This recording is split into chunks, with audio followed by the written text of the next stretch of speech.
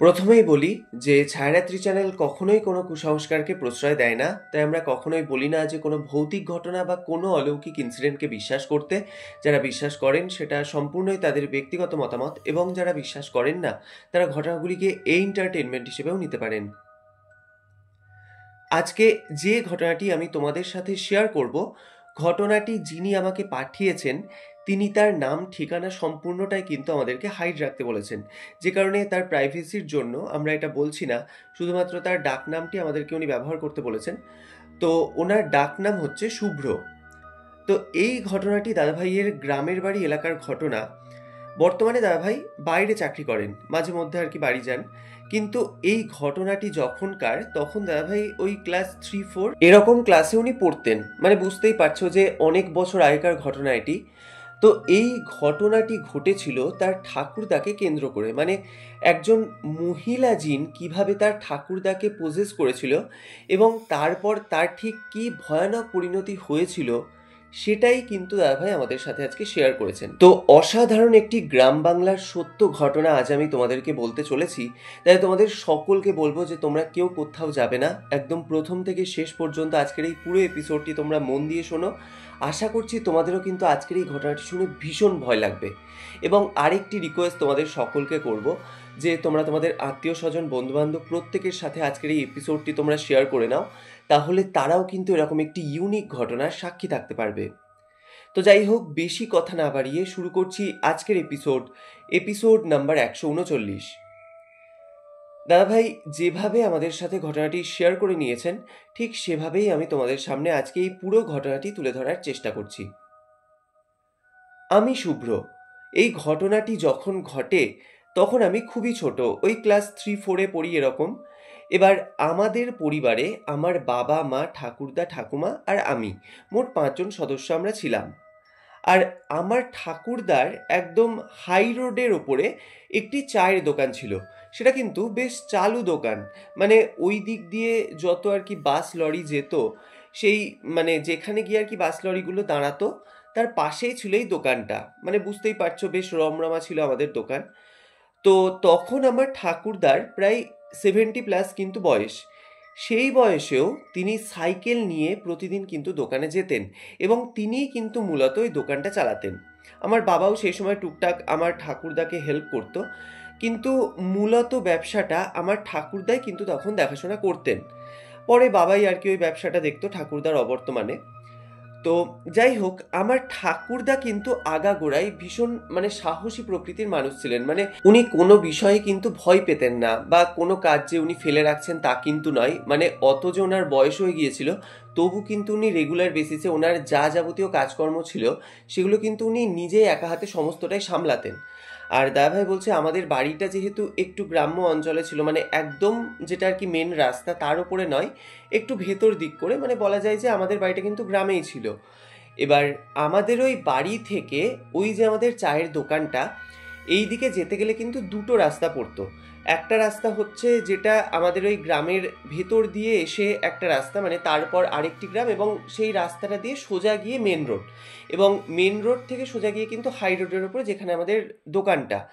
এবং আরেকটি যেটা রাস্তা ছিল সেটা হচ্ছে আমাদের বাড়ির পেছন দিয়ে, এবং সেই পেছন দিয়ে মানে যেটা আর কি হয় ব্যাক সাইডের রাস্তা, তারপরে আরেকটি গ্রাম, এবং সোজা গিয়ে কিন্তু টুক করে তুমি ওখান থেকে হাই রোডে উঠতে পারবে।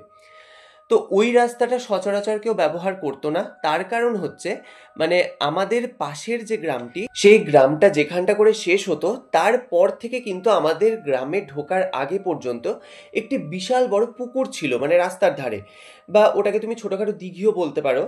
তো ওই দিকের যে গ্রামের লোকগুলো তারা ওই ব্যাক সাইডের রাস্তাটা ইউজ করতো ঠিকই, কারণ ওদের গ্রামটা যেখানটা করে শেষ হতো তারপর থেকে মানে ওই যে পুকুরটা, সেই পুকুরটা কিন্তু খুব একটা ভালো ছিল না। মানে লোকের মুখে মুখে এটা প্রচলন ছিল, বা ইনফ্যাক্ট এখনও আছে যে এই পুকুরটা কিন্তু খুব একটা ভালো জায়গা নয়। বিভিন্ন মানুষজনের বিভিন্ন রকম এক্সপিরিয়েন্স আছে ওই পুকুরটাকে কেন্দ্র করে। তো যে কারণে ওই গ্রামের লোকজনের গ্রাম পর্যন্তই কিন্তু আসতো। এবার তারপর আমাদের গ্রামের লোককে যদি ওই রাস্তা দিয়ে আসতে হতো তাহলে তো সেই পুকুরটার সামনে দিয়ে রাস্তাটা ক্রস করে তারপরে এই গ্রামে আসতে হবে। তো যে কারণে কিন্তু আমাদের গ্রামের লোকজন ওই রাস্তাটা একদমই ব্যবহারই করতো না। এবার ব্যাক সাইডের যে রাস্তাটি ছিল ওটা দিয়ে যাতায়াত করলে ওই হাই রোডে উঠতে গেলে কিন্তু বেশ অনেকটাই সময় কম লাগতো, মানে প্রায় 10-12 মিনিটের মধ্যে কিন্তু ওই দিক দিয়ে হাই রোডে ওঠা যেত। এবং আমাদের যেটা আর কি মেন রাস্তা, যার ওপর দিয়ে আমাদের গ্রামের লোকজন আর কি চলাচল করতো, সেটা দিয়ে যেতে গেলে কিন্তু প্রায় 1/2 ঘন্টা মতো সময় লাগতো। কিন্তু তবুও গ্রামের লোকজন সেই মানে যত দেরি হোক না কেন ওই যে মেন রাস্তা সেটাই কিন্তু সবাই ব্যবহার করতো। তো এবার আমি আগেই বললাম যে আমার ঠাকুরদার কিন্তু এইসব বিষয়ে সেরকম কোনো ভয় ভীতি বা কোনো কিছুই ছিল না, মানে ঠাকুরদাও ছোটবেলা থেকেই ওই দিঘিটা সম্পর্কে কিন্তু অনেক কথাই শুনেছে, কিন্তু ঠাকুরদা এইসব জিনিস কোনোদিন বিশ্বাস করতো না। তবে ঠাকুমা যেহেতু বারবারই আপত্তি জানাতেন, কারণ ঠাকুরদা বারবারই বলতো যে আমি ওই শর্টকাট রাস্তাটাই ব্যবহার করব, তাহলে আমি মানে একদম খুব তাড়াতাড়ি বাড়ি পৌঁছে যেতে পারবো। কিন্তু ঠাকুমা যেহেতু প্রচণ্ডই আর কি কড়া আপত্তি জানাতেন যে না, তুমি ওই রাস্তা কখনোই ব্যবহার করবে না, তুমি ওই যে মেন রাস্তা দিয়ে যাতায়াত করো, তাতে তোমার সময় বেশি লাগুক, তুমি ওই দিক দিয়ে কিন্তু যাবে। তো সেই জন্যই কিন্তু ঠাকুরদা মানে ওই মেন রাস্তার ওপর দিয়ে কিন্তু দোকানে যেত। আর আমাদের চায়ের দোকানটা যেহেতু খুবই চালু দোকান ছিল, তো সেই জন্য কিন্তু খুব সকাল সকালই ঠাকুরদা চলে যেতেন দোকানে, এবং মানে বাড়ি ফিরতে ফিরতে ঠাকুরদার প্রায় সন্ধে লেগে যেত। আর বাবা দুপুরবেলায় ঠাকুরদার খাবারটা নিয়ে দোকানে চলে যেত, এবং তারপর সন্ধ্যেবেলাতে দুজনে একসাথে কিন্তু বাড়ি ফিরতো। তো এটাই কিন্তু আমি দাদাভাই বলছে আমি জ্ঞান হওয়া অবস্থা থেকে এরকমই দেখে আসছি। তো এরপর একদিনের কথা আমি বলছি, সেই দিন কিন্তু মানে তখন বর্ষাকাল ছিল। এবার সেই দিন সকাল থেকেই কিন্তু খুব ভালো মতো বৃষ্টি হচ্ছে। তো সেদিন তখন ঠাকুমা ঠাকুরদাকে বারণ করে যে তোমাকে আজকে আর দোকানে যেতে হবে না, তো এমনিতেও হয়তো বিক্রি বাট্টা একটু কম হতে পারে, তো তোমার আজকে না যাওয়াই ভালো। আর তুমি এই যে দোকানে যাবে, এবার ছাতা নিয়ে তুমি সাইকেল চালাবে, তোর কাদামাটির রাস্তা বুঝতেই পারছো যেরকম হয়, তো সেই জন্য কিন্তু ঠাকুমা ঠাকুরদাকে বারণ করে যে তোমার আজকে দোকানে যাওয়ার দরকার নেই। কিন্তু আমার ঠাকুরদা কোনোদিনই মানে আগাগোড়াই আমি একদম ছোটবেলা থেকেই দেখে আসছি যে কোনোদিনই কিন্তু বাড়িতে বসে থাকার মতো লোক নয়, মানে তিনি কিন্তু কিছু না কিছু কাজ করবেনই, মানে বাজার হাট থেকে শুরু করে দোকানের যা যাবতীয় কাজকর্ম কোনো কিছুই কিন্তু দাদাভাই বলছে আমার বাবাকে উনি কিন্তু করতে দিতেন না। মানে অত বয়সেও কিন্তু তিনি সমস্ত কিছু একা হাতেই সামলাতেন। তো সেরকম সেই দিন বৃষ্টি হচ্ছিল দেখেও তখন ঠাকুরদা বলে যে না, আমার দোকানে যাওয়ার কথা, আমি দোকানে যাবই। তো এই বলে কিন্তু মানে ওই এক প্রকার জোরপূর্বকই বলতে পারো, ঠাকুরদা কিন্তু দোকানে চলে যায়, এবং একটা ছাতা এবং যেরকম অন্যান্য দিন হাতে একটা টর্চ নিত, তো সেম ওরকম ভাবেই কিন্তু বাড়ি থেকে বেরোই, এবং ঠাকুমাকে এটাই বলে যায় যে আমি আজকে দুপুরের মধ্যে বাড়ি ফিরে আসবো, মানে সন্ধে পর্যন্ত আজকে আর দোকানে থাকবো না। তো সেই জন্য রঞ্জনকে দিয়ে খাবার পাঠানোর দরকার নেই, আমি একাই চলে আসবো। আচ্ছা, তো দাদা ভাইয়ের বাবার নাম হচ্ছে রঞ্জন। তো যাই হোক, এবার এই কথাটা বলে যখন ঠাকুরদা বেরিয়ে যায় বাড়ি থেকে, তো এবার ঠাকুরদাও নিজের মতো দোকানে পৌঁছে গেছে। কিন্তু ওই যে ঠাকুরদা দোকানে পৌঁছেছে, এবার বৃষ্টিটা যেহেতু ধরো বর্ষাকাল বুঝতেই পারছো, সারাদিন যেদিন দেখবে বৃষ্টি হয় সারাদিনে কিন্তু মানে টুকটাক ওরকম বৃষ্টি লেগেই থাকে। কিন্তু সেদিনের বৃষ্টিটা মানে ঠাকুরদা বাড়ি থেকে বেরিয়ে যাওয়ার পর মানে বৃষ্টির তো কোনো ছাড়ার নামগন্ধই নেই, উল্টে কিন্তু বৃষ্টির পরিমাণ বাড়তে শুরু করে। এবার যত বেলা বাড়ছে, ঠাকুরদা তো দোকানে আছে ঠিকই, কিন্তু যত বেলা বাড়ছে বৃষ্টি ততই কিন্তু বেড়ে চলেছে। এবার ঠাকুমাও তখন মানে টেনশন করতে শুরু করে যে এত বেলা হয়ে গেল, যেটা আর কি ঠাকুরদা বলে গেছিল যে আমি দুপুর দুপুরই বাড়ি ফিরে আসবো, সেখানে দুপুর পেরিয়ে বিকেল হতে যাচ্ছে, তবুও ঠাকুরদার ফেরার কোনো নামগন্ধ নেই। তো বাড়ির সবাই তখন কিন্তু মোটামুটি টেনশন করছে। এবার বাবা যে বেরিয়ে গিয়ে কিছুটা এগিয়ে দেখবে যে ঠাকুরদা এখনো পর্যন্ত আসছে না কেন, সেই সিচুয়েশনটা পর্যন্ত নেই, মানে তখন কিন্তু একদম পুরো মুষলধারে বৃষ্টি হচ্ছে। এবার তখন কিন্তু ঠাকুরদার মনেও অলরেডি টেনশন শুরু হয়ে গিয়েছে যে এত যখন বৃষ্টি হচ্ছে তাহলে তিনি কি করে বাড়ি ফিরবেন। তো এইভাবে ধীরে ধীরে কিন্তু বিকেল থেকে সন্ধে গড়িয়ে যায়। এবার বাড়ির লোকের তো তখন টেনশন আরো বেড়ে গেছে যে এখন প্রায় সন্ধে হতে যাচ্ছে, ঠাকুরদা কেন এখনো পর্যন্ত বাড়ি ফিরছে না। তো এবার তখন ঠাকুরদা কি করে, মানে যখন তিনি আর কি বুঝতে পারেন যে এই বৃষ্টি কোনোভাবেই থামার নয়, তো তখন তিনি এটা ডিসিশন নেন যে তিনি এরকম বৃষ্টিতে ভিজে ভিজে বাড়িতে ফিরবেন, কারণ এত জোরে বৃষ্টি হচ্ছে, তিনি তো এরকম ছাতা নিয়ে সাইকেল চালানো তার পক্ষে কখনো পসিবল নয়, তার উপরে এরকম ঘুটঘুটে অন্ধকার রাস্তা, তো সেখানে তাকে টর্চ নিয়েও যেতে হবে। তো তিনি তখন এটা মানে চিন্তা করেন যে যদি আমাকে ওই মেন রাস্তার উপর দিয়ে আসতে হয় তাহলে আমাকে বেশ অনেকটাই সময় লাগবে, তো আমি তাহলে আজকে ওই শর্টকাটের রাস্তাটা ব্যবহার করব, মানে ওই রাস্তা দিয়ে আমি যদি বাড়ি ফিরি একদম মানে খুব তাড়াতাড়ি আমি একদম বাড়ির সামনে গিয়ে পৌঁছতে পারবো। তো তখন তিনি ভাবেন যে এটা শুধুমাত্র ঠাকুমা বা বাড়ির কাউকে না জানালেই হলো যে আমি এই রাস্তা দিয়ে এসেছি, তো আমার তো এমনিতে এইসব বিষয়ে কোনো ভয় ডরা তো নেই, তো আমি এই দিক দিয়ে আজকে আসবো, তাহলে তাড়াতাড়ি এবার বৃষ্টিতে ভিজে গেলেও আমি তাড়াতাড়ি বাড়ি এসে জামা কাপড় ছেড়ে নিতে পারবো। তো এই ভেবেই কিন্তু ঠাকুরদা তখন মানে ওই সন্ধ্যের দিকে দোকানটাকে বন্ধ করে ওই যে আমাদের যেটা ব্যাক সাইডের রাস্তা, যেটা দিয়ে আর কি ওই সেই দিঘিটা পড়ে, তো সেই রাস্তা ধরে কিন্তু উনি বাড়ি ফিরতে শুরু করেন। এবার তিনি তখন সাইকেল চালাচ্ছেন এবং তার হাতে একটি টর্চ ছিল। আর গ্রামের দিকের রাস্তা এখন না হয় সেগুলো প্রায় ঢালাইয়ের রাস্তা সবই হয়ে গেছে, কিন্তু তখন আজ থেকে অনেক অনেক বছর আগেকার কথা, তো তখন কিন্তু মানে এই রাস্তাগুলো মাটিরই ছিল। এবার একটু যদি বৃষ্টি হতো তাহলে গ্রামের রাস্তা বুঝতেই পারছো কিরকম প্যাচ প্যাচে কাদা হয়ে যায়। তো ওই রাস্তা দিয়ে তিনি কিন্তু তখন ফিরছেন। আর এদিকে তো বাড়ির লোক প্রচণ্ড টেনশন করছে, আর তখনকার দিনে তো এত ফোনের ব্যবস্থা ছিল না, তো যে কারণে ঠাকুরদার সেরকম কোনো খোঁজ খবর বাড়ির লোক পাচ্ছে না। তো যাই হোক, এবার ঠাকুরদা যখন ওই রাস্তা দিয়ে ফিরছেন, তো চারিদিকটা তো এমনিতেই তখন পুরো একদম নিস্তব্ধ, কারণ সারাটা দিন ধরে এত বৃষ্টি হয়েছে। তো এবার গ্রামের দিক বুঝতেই পারছো, যে যার নিজের নিজের ঘরে রয়েছে, মানে একদম শুনশান রাস্তা, রাস্তাতে কোনো লোকজন বলে কিচ্ছু নেই। তো ঠাকুরদা তখন ওই টর্চটাকে জ্বালিয়ে উনি কিন্তু ওনার মতোই চলছেন। এবার যখন উনি ওই দিঘির সামনেটাই এসে পৌঁছেছেন, মানে এতক্ষণ ওই যে আমাদের পাশের গ্রামের রাস্তাটা, সেটা কিন্তু উনি খুব সুন্দরভাবে ক্রস করে গেছেন, মানে ওই রাস্তাতে আসতে গিয়ে তার কোনো রকমের কোনো কিন্তু অসুবিধা হয়নি। এবার যখন তিনি দিঘির সামনে এসেছেন, এবার দিঘিটাকে ক্রস করেই তো হচ্ছে আমাদের গ্রাম। তো আমাদের গ্রামের মধ্যে ঢুকে বেশ কিছুটা এসেই হচ্ছে বাঁ সাইডে ব্যাক করে ঘুরে গিয়ে আমাদের বাড়িটা। তো উনি যখন ওই দিঘির সামনে এসে পৌঁছেছেন, তো তখন ভাবেন যে আর একটু রাস্তা, এবার তো আমি বাড়ি পৌঁছে যাবো। তো এই ভাবতে ভাবতে উনি কিন্তু সাইকেল নিয়ে এগোচ্ছেন। এবার এই অবস্থাতে এবার তখন তো মানে কন্টিনিউ বৃষ্টি হয়ে যাচ্ছে। তো তখন হঠাৎ করে কিন্তু সেই দিঘির দিকে আমার ঠাকুরদার চোখটা যায়। এবার তখন হালকা চাঁদের আলোতে ঠাকুরদা দেখতে পাই, মানে ওই যে ঝমঝম করে বৃষ্টিটা হচ্ছে, তো সেই জল ওই দিঘির জলের ওপর পড়ছে, এবং সেই যে চাঁদের আলো সেই দিঘির জলের ওপর পড়ে মানে এত সুন্দর একটা মনোরম পরিবেশ সৃষ্টি হয়েছে। তো ঠাকুরদা বলছে মানে তখন আমার ওই কয়েক মুহূর্তের মধ্যে যেন একদম মনটা পুরো ভরে যায়, মানে এত অপূর্ব লাগছে সেই দিঘিটা দেখতে। তো যাই হোক, এবার ওই দেখতে দেখতে আমি তখন সাইকেল নিয়ে এগোচ্ছি।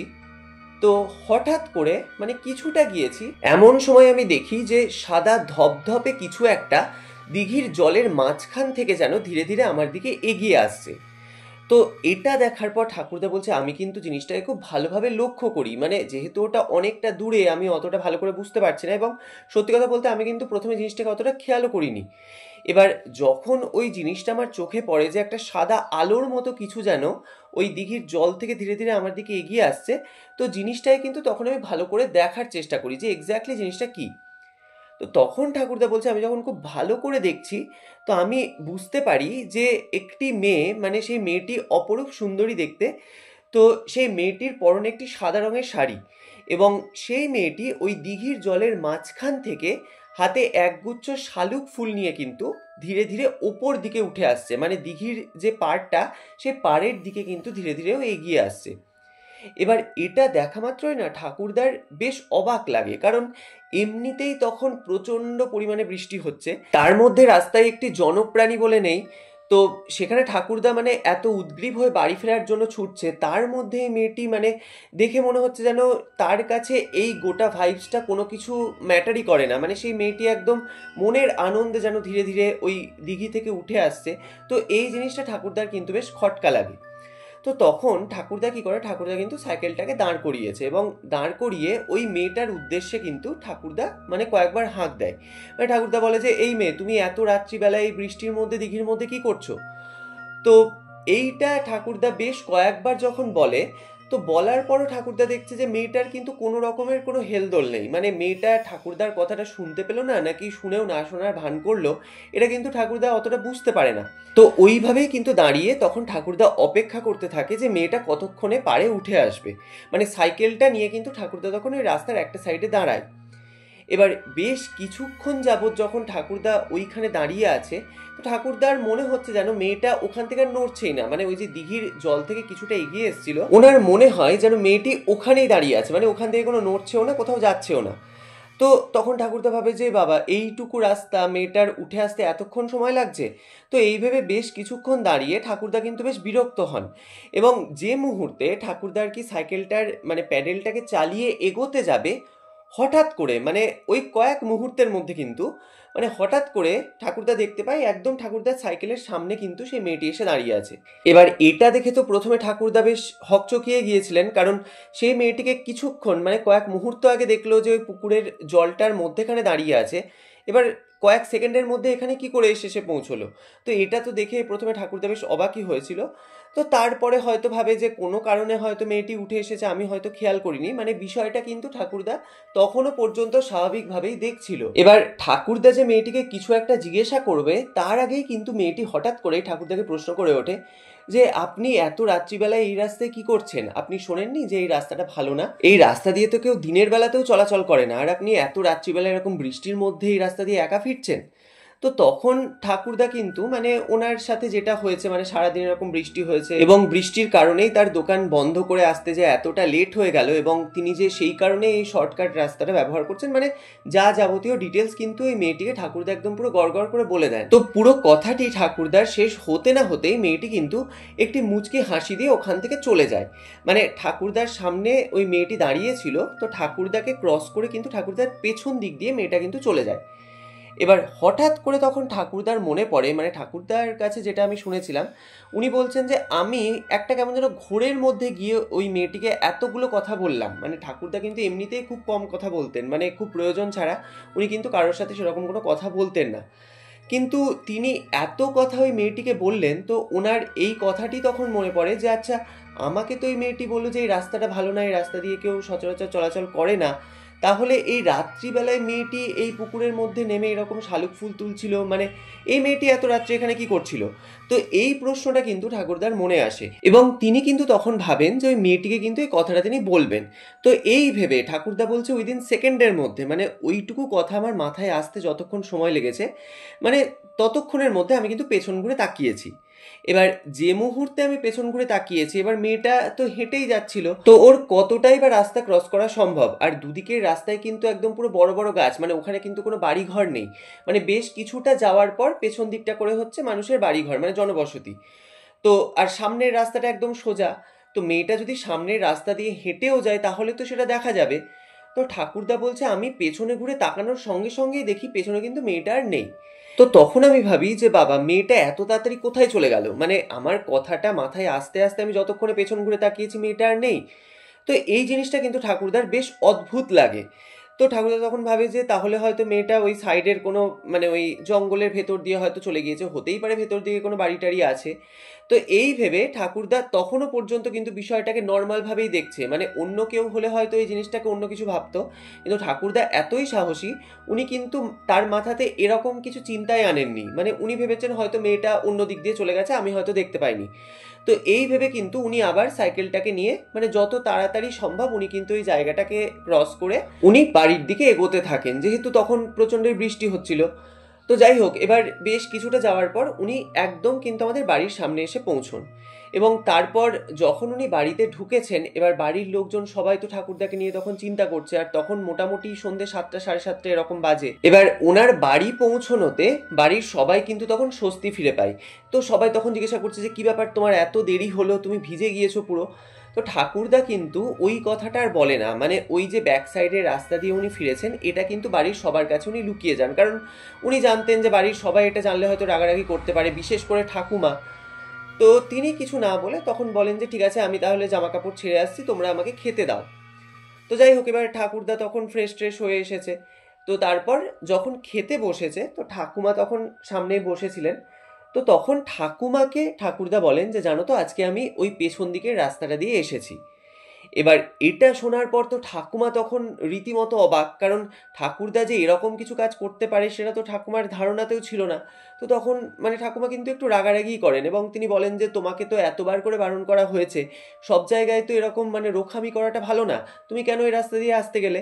তো তখন ঠাকুরদা একটু ঠাকুমাকে মানে মজার ছলে বলে যে তোমাদের কাছেই যত ভূত প্রেত এসব ধরা দেয়, কই আমি তো ওই রাস্তা দিয়ে এলাম, আমি তো কিছুই দেখতে পেলাম না। তো যাই হোক, এবার ঠাকুমা পুরোটা শুনে একটু রাগারাগি করছিলেন, কিন্তু ঠাকুরদা ওই যে মেয়েটিকে দেখেছিলেন রাস্তায়, এই বিষয়টি কিন্তু পুরোপুরিভাবেই বাড়ির লোকের কাছে চেপে যান। মানে তিনি এই কথাটা বললে যদি বাড়ির লোক এটাকে নিয়ে আবার অন্য কিছু বিষয় তৈরি করে, তো সেই জন্য কিন্তু এই বিষয়টি তিনি বলেন না। তো যাই হোক, এবার খাওয়া দাওয়া করে সবাই যে যার মতো শুয়ে পড়েছে। তো তো এবার পরের দিন সকালে যখন ঘুম থেকে উঠতে যাচ্ছে, এবার ঠাকুরদা কিন্তু খুব ভোর বেলাতেই উঠে পড়তেন এবং তারপর মানে বাড়ির বাজার করা থেকে শুরু করে যা যাবতীয় ওনার যা কাজ ওগুলো তিনি করে কিন্তু তারপর উনি দোকানে যেতেন। তো সেরকম এবার যখন সকাল হয়ে যাচ্ছে, দেখছে ঠাকুরদা ঘুম থেকে উঠছে না, তো এবার ঠাকুমা কিন্তু ডাকতে গেছেন ওনাকে। এবার যখন ঠাকুরদাকে উনি ডাকতে গিয়েছেন, উনি গিয়ে দেখছেন যে ঠাকুরদার কিন্তু ধুম জ্বর, মানে ওনার এতটা পরিমাণে জ্বর উনি কিন্তু মাথা তুলে বসতে পারছেন না, মানে এরকম ব্যাপার। তো এবার কি করবে, এত জ্বর। এবার সবাই কিন্তু ভেবেছে যে গতকাল রাত্রিবেলায় উনি যেহেতু ভিজে ভিজে বাড়ি এসেছেন, তো যে কারণে হয়তো তার ঠান্ডা লেগে গিয়ে এরকম জ্বরটা এসেছে, এটা কিন্তু সবারই মাথাতে প্রথমে আসবে। তো এবার তার এতটাই ধুম জ্বর, তাকে যে কোনো ডক্টরের কাছে নিয়ে যাওয়া হবে সেইটুকু তার শরীরে তখন শক্তি নেই। তো তখন আমাদের গ্রামের যেরকম যে কোয়াক ডাক্তারগুলো হয়, তো সেরকম একজন ডাক্তারকে বাড়িতে ডেকে আনা হয় এবং উনি দেখে যা যাবতীয় ওষুধপত্র দেওয়ার উনি কিন্তু দিয়ে চলে যান। তো এবার ঠাকুরদাকে সেই নিয়ম অনুযায়ী সমস্ত ওষুধপত্র খাওয়ানো হয় ঠিকই, কিন্তু ঠাকুরদার জ্বর কোনোভাবেই কিন্তু নামছিল না, মানে জ্বর তো নামছেই না, উল্টে কিন্তু মনে হচ্ছে না জ্বর আরো বেড়ে যাচ্ছে। তো ঠাকুমা তো কন্টিনিউ ঠাকুরদাকে জলপটি দিয়ে যাচ্ছে এবং যে যে ওষুধগুলো সেই ডক্টর দিয়ে গিয়েছিলেন মানে একদম নিয়ম ধরেই তাকে খাওয়ানো হচ্ছিল, কিন্তু কোনো রকমই কোনো রেসপন্স কিন্তু বাড়ির লোক পাচ্ছিল না। এবার এরকম ঘটনা যখন মানে সারাদিন ধরে যখন ঠাকুরদার জ্বর নামেনি, তো বাড়ির লোকের তখন রীতিমতো চিন্তা শুরু হয়ে গিয়েছে যে কি ব্যাপার হলো, এত ওষুধপত্র দেওয়া হচ্ছে, এত ট্রিটমেন্ট করানো হচ্ছে, তাও কেন জ্বর কমছে না। তো সবাই তখন ঠিক করে, মানে তখন অলরেডি সন্ধে হয়ে গেছে, তো সবাই তখন ঠিক করে যে ঠিক আছে, আজকে যখন মানে ঠাকুরদার যখন জ্বর কমলো না, তো কালকে শহরে নিয়ে গিয়ে ভালো একটা কোনো ডক্টর দেখানো হবে। তো যাই হোক, এবার রাত্রে যে যার মতো খাওয়া দাওয়া করে নিজের মতো শুয়ে পড়েছে, আর ঠাকুমা কিন্তু ঠাকুরদার পাশেই শুয়ে আছেন। এবার ঠাকুমা বারবার করে ঘুম থেকে উঠে উঠে দেখছে যে ঠাকুরদার কোনো রকম কোনো অসুবিধা হচ্ছে কিনা। আর সেদিন রাত্রে কিন্তু আমরা কেউই ঘরের দরজা লক করে শুইনি, মানে দরজাটাকে আমরা সবাই ভেজিয়ে শুয়েছিলাম যদি কোনো রকম রাত বিরেতে প্রয়োজন পড়ে বা কিছু। তো এবার ঠাকুমার কিন্তু মানে বেশ কয়েকবার উঠে যখন দেখে যে ঠাকুরদা ঘুমোচ্ছে, তো তখন মানে ভাবে যে হ্যাঁ তাহলে আর কোনো চিন্তা নেই, তো এই ভেবে কিন্তু ঠাকুমা একটু শুয়েছেন এবং শোয়ার সাথে সাথে ওনার কিন্তু চোখটা একটু লেগে গেছে। তো এবার রাত্রি তখন ওই 2-2:30 এরকম বাজে। তো এমন সময় ঠাকুমা এটা ফিল করে, মানে ঠাকুমা বলছে যে আমি মানে ঘুমন্ত অবস্থাতেই একটা অপূর্ব ফুলের সুবাস, মানে এটা কোন ফুলের সুগন্ধ আমার আজ পর্যন্ত জানা নেই, মানে অপূর্ব সুন্দর একটা মিষ্টি গন্ধ, মানে মনে হচ্ছে যেন গোটা ঘরের মধ্যে পুরো ছড়িয়ে গেল। এবং সেই গন্ধের তীব্রতা এতটাই বেশি, ঠাকুমা বলছে যে ওই গন্ধের জন্য কিন্তু আমার ঘুমটা ভেঙে যায়। মানে ঠাকুমা বুঝতে পারে যে এত একটা তীব্র ঝাঁঝালো গন্ধ ঘরের মধ্যে কোথা থেকে এলো। তো এই ভেবে কিন্তু ঠাকুমার ঘুমটা ভেঙে গেছে এবং যে মুহূর্তে ঠাকুমা চোখ খুলে তাকিয়েছে, ঠাকুমা দেখছে যে ওনাদের ঘরের যে দরজাটা ওটা কিন্তু একদম পুরো দুহাট করে খোলা এবং দরজার সামনে বেশ কিছুটা জায়গা জুড়ে প্রচণ্ড আলো, মানে সেই আলোতে মনে হচ্ছে না একদম পুরো চোখটা ধাঁধিয়ে যাচ্ছে। এবং সেই আলোর মধ্যে থেকে একটা খুব জোর হলে 24-25 বছরের মেয়ে, তো সেই মেয়েটি এত সুন্দর দেখতে মেয়েটি, তো সেই মেয়েটি হাতে ওরকম সেই শালুক ফুল নিয়ে কিন্তু একটা তার পরনে সাদা রঙের শাড়ি, ওই মেয়েটি কিন্তু ধীরে ধীরে ঘরের মধ্যে প্রবেশ করে। ঠাকুমা বলছে আমি কিন্তু শুয়ে পুরো তাকিয়ে আছি, আমি একদম পুরো সজ্ঞানে জেগে আছি, মানে আমি এই বিষয়টা পুরো দেখছি, কিন্তু আমি যে কিছু বলবো বা আমি যে উঠে কোনো একটা কিছু রেসপন্স করব, আমার শরীরে কিন্তু কোনো শক্তি নেই, মানে আমি শুধুমাত্র ওই একটা স্ট্যাচুর মতো শুয়ে শুয়ে এই জিনিসগুলোকে দেখছি। ঠাকুমা বলছে যে আমি পুরো দেখি যে সেই মেয়েটি কিন্তু ধীরে ধীরে ওই ঘরের মধ্যে প্রবেশ করে এবং মেয়েটার গা থেকে মনে হচ্ছে যেন সেই আলোটা পুরো এতটাই স্প্রেড করছে, গোটা ঘর পুরো আলোকিত হয়ে যাচ্ছে। তো সেই মেয়েটি ধীরে ধীরে এসে তো ঠাকুরদার পায়ের কাছে এসে দাঁড়ায় এবং দাঁড়িয়ে দুটো হাত দিয়ে তো ঠাকুরদাকে স্পর্শ করে এবং যে মুহূর্তেও স্পর্শ করেছে সঙ্গে সঙ্গে কিন্তু মেয়েটা পুরো হাওয়ার সাথে মিলিয়ে যায়। ঠাকুমা বলছে যে এই দৃশ্যগুলো কিন্তু আমি পুরো নিজের চোখে দেখছি, মানে ওই যে মেয়েটা ঘরের মধ্যে ঢুকলো এবং ধীরে ধীরে হেঁটে এসে তো ঠাকুরদার গায়ে হাত দিল, মানে এটা কিন্তু আমি পুরো দেখলাম। এবং তারপর ওই মেয়েটি যখন পুরো ওখান থেকে কর্পূরের মতো মিলিয়ে গেল, সেই মুহূর্তে ঠাকুমা বলছে এতক্ষণ তো আমি আমার শরীর হাত পা আমি কিছু নড়াতে পারছিলাম না, কিন্তু হঠাৎ করেই আমার শরীরে কিন্তু জোর আসে এবং যখন আমি বুঝতে পারি যে আমি নড়তে চড়তে পারছি, তো সেই মুহূর্তে কিন্তু আমি খাটে একদম উঠে বসে চিৎকার করতে শুরু করেছি যে তোরা তাড়াতাড়ি এই ঘরে আয়। মানে তখন তো দাদা ভাই বলছে আমরা তখন ঠাকুমার ওরকম চিৎকারে এই ঘরে ছুটে আসি, মানে ঠাকুরদাদের ঘরে আমরা ছুটে আসি এবং বাবা যখন এসেছে, বাবা মা আমি আমরা প্রত্যেকে যখন এসেছি, তো এবার ঠাকুমা কিন্তু তখন রীতিমতো হাঁপাচ্ছে এবং তার চোখে মুখে কিন্তু একটা ভয় পুরো স্পষ্ট। তো তখন বাবা জিজ্ঞাসা করে যে কি হয়েছে, তুমি এরকম করে কেন চিৎকার করলে? এবার সবাই ভেবেছে হয়তো ঠাকুরদার কোনো শরীর টরীর খারাপ হয়েছে বা কিছু। তো ঠাকুমা কিন্তু তখন পুরো বিষয়টা বাবাকে বলে। এবার ঠাকুমা উনি যেহেতু একটু আগেকার দিনের মানুষ, তো উনি কিন্তু এই বিষয়গুলো মানে খুব ভালো মানতেন এবং এই সব জিনিস কিন্তু ওনারা একটু আঁচ করতেও পারতেন। তো তখন তার মনে পড়ে যায় যে ঠাকুরদা তাকে গতকাল রাত্রে এরকম বলেছিল যে তিনি ফেরার পথে ওই যে শর্টকাট রাস্তাটা, যেটা ওই দিঘির পাড়ের রাস্তার সামনে দিয়ে আসতে হয়, ওইটা দিয়ে ঠাকুরদা এসেছেন। তো ঠাকুমা কিন্তু বুঝে যায় যে ঠাকুরদার হয়তো এমন কিছু জিনিস ঘটেছে যে কারণে হয়তো আজকে এরকম একটা জিনিসের সাক্ষী ঠাকুমা হলেন। তো তখন বাবাকে ঠাকুমা বলেন যে তোর বাবার এটা অন্য কোনো সাধারণ রোগ নয়, ওনার কিন্তু কোনো খারাপ হাওয়া বাতাস লেগেছে। তো তখন বাবা বলে যে কেন তুমি এরকম কথা কেন বলছো?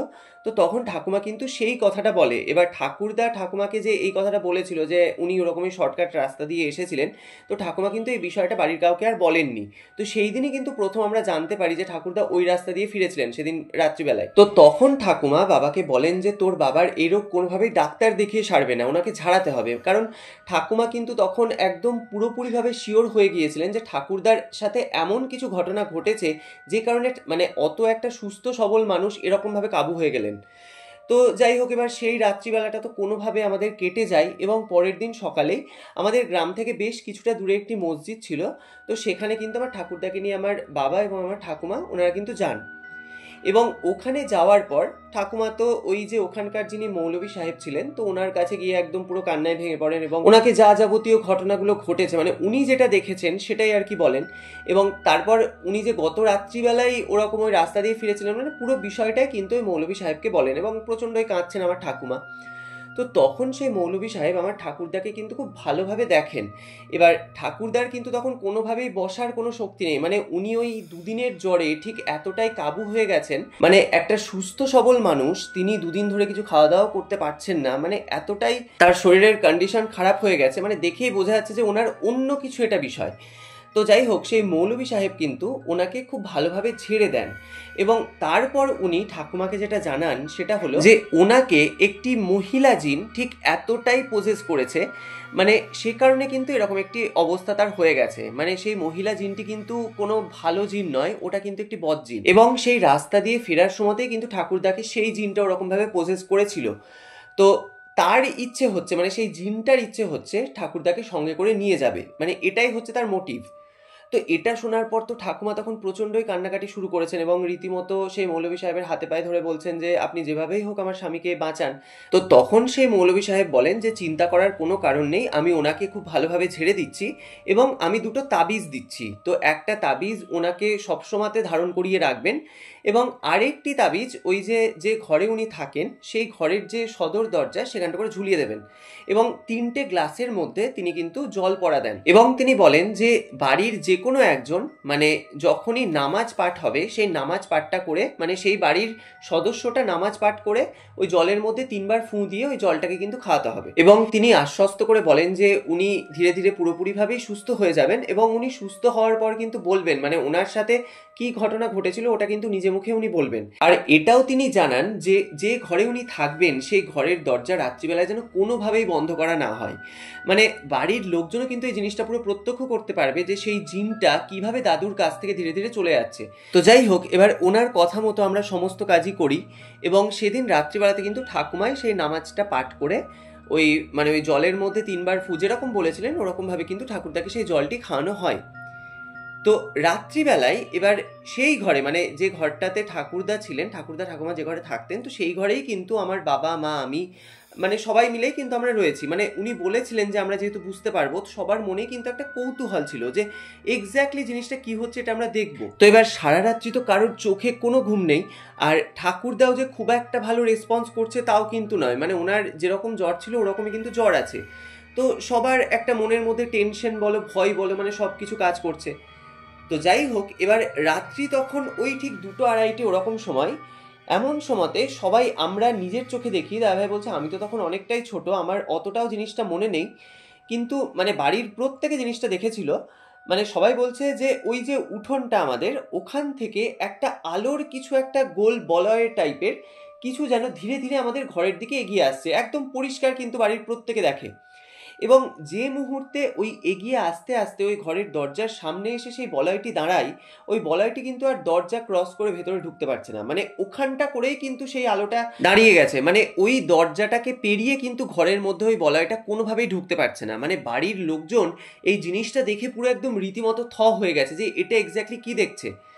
তো যাই হোক, বেশ কিছুক্ষণ ওই রকমভাবে ওই আলোটা ওখানটা করে দাঁড়িয়ে থাকতে থাকতে ধীরে ধীরে কিন্তু ওখান থেকে জিনিসটা পুরো মিলিয়ে যায়। এবার সেই মৌলভী সাহেব যেহেতু বলেছিলেন যে ঘরের দরজা যেন কোনোভাবেই বন্ধ করা না হয়, মানে বাড়ির লোকজন একদম পুরো প্রত্যক্ষ প্রমাণ পাবে যে সেই জিনটি আমার ঠাকুরদার কাছ থেকে ধীরে ধীরে যে দূরে চলে যাচ্ছে তার প্রমাণটা বাড়ির প্রত্যেকে পাবে। তো দাদাভাই বলছে আমার বাড়ির লোক নিজের চোখে যখন জিনিসটা দেখে তখন কিন্তু সবাই এটা বিশ্বাস করতে বাধ্য হয় যে হ্যাঁ, ঠাকুরদার সাথে এমন কিছু ঘটনা ঘটেছিল যে কারণে ঠাকুরদার আজকে এরকম অবস্থা। তো ঠাকুমা তো প্রথমে এই জিনিসটা আন্দাজ করতে পেরেছিলেন। তো যাই হোক, এবার সেদিন রাত্রিটা কিন্তু কোনো মতে আমাদের কেটে যায় এবং পরের দিন যখন সকাল হয়েছে ঠাকুরদা কিন্তু আগের থেকে অনেকটাই সুস্থ, মানে উনি ধীরে ধীরে উঠে বসতে পারছেন এবং যে এই দুদিন যাবৎ যে উনি কিছুই খাননি তখন কিন্তু তিনি আস্তে আস্তে কিছু খাবারও খান। তো যাই হোক, এভাবে যখন 3টে দিন কেটে যায় এবং 3 দিন যেরকমভাবে আর কি সেই জলপড়াটি খাওয়ানোর কথা বলা হয়েছিল সেইভাবেই ঠাকুরদাকে সেই জলপড়াটি খাওয়ানো হয় এবং আস্তে আস্তে কিন্তু তিনি পুরোপুরিভাবে সুস্থ হন। এবার যখন উনি সুস্থ হয়েছেন তো তখন ঠাকুমা কিন্তু ওনাকে জিজ্ঞাসা করে, মানে আমার ঠাকুরদাকে জিজ্ঞাসা করে যে আচ্ছা, তুমি ওই রাস্তা দিয়ে যখন ফিরছিলে তুমি কি এমন কিছু জিনিস দেখেছো বা তোমার সাথে কি এমন কিছু ঘটনা ঘটেছে যেটা হয়তো খুব স্বাভাবিক জিনিস নয়? তো প্রথমে তো ঠাকুরদা সেরকম কিছু বলতে চায় না, কিন্তু প্রত্যেকের জোড়াজুড়িতে, মানে বাড়ির প্রত্যেকটা সদস্যের জোড়াজুড়িতে ঠাকুরদা কিন্তু পুরো বিষয়টা বলে, মানে তিনি আসার সময়তে ঠিক কী কী ঘটনা তার সাথে ঘটেছিল বা কী কী জিনিস দেখেছিল এটা কিন্তু পুরো ডিটেলে সবাইকে বলে। এবার ঠাকুমার তো এই জিনিসটা পুরো মিলে যায়, কারণ ঠাকুমা প্রথম যেদিন দেখেছিল যে ওরকম একটা মেয়ে ধীরে ধীরে ঘরের মধ্যে ঢুকে ওরকম শালুক ফুল হাতে নিয়ে ধীরে ধীরে ঘরের মধ্যে ঢুকে ঠাকুরদাকে ওরকমভাবে স্পর্শ করেছে। তো তখন ঠাকুমা বলে আমিও তো ওরকম একটি মেয়েকেই ঘরের মধ্যে প্রথম দিন ওরকম ঢুকতে দেখেছিলাম। তো সবার তখন আর বিষয়টা বুঝতে বাকি থাকে না যে এক্স্যাক্টলি ঠাকুরদার সাথে ওই রাস্তা দিয়ে ফেরার পথে ঠিক কী ঘটনা ঘটেছিল এবং ঠাকুরদা ঠিক কত বড় বিপদের মুখে পড়েছিলেন। এবং সেদিনের পর থেকে কিন্তু ঠাকুরদাও এই জিনিসটা বিশ্বাস করতে শুরু করেন যে ওই রাস্তাটার মধ্যে এমন কিছু জিনিস রয়েছে যেটা একটা সাধারণ মানুষের পক্ষে ঠিক কতটা হার্মফুল, আর যে কারণেই কিন্তু ওই রাস্তাটা মানে এই গ্রামের লোকজন এড়িয়ে চলে। তো যাই হোক, এবার সেদিনের পর থেকে তো ঠাকুরদা এই জিনিসটা বিশ্বাস করতে শুরু করেন এবং তারপর তো ওই রাস্তা উনি কোনো দিন ব্যবহার করতেন না, মানে হাজার তার দেরি হোক তিনি কিন্তু ওই যে মেন রাস্তাটা ওটা দিয়েই তিনি যাতায়াত করতেন এবং দোকানে যেতেন।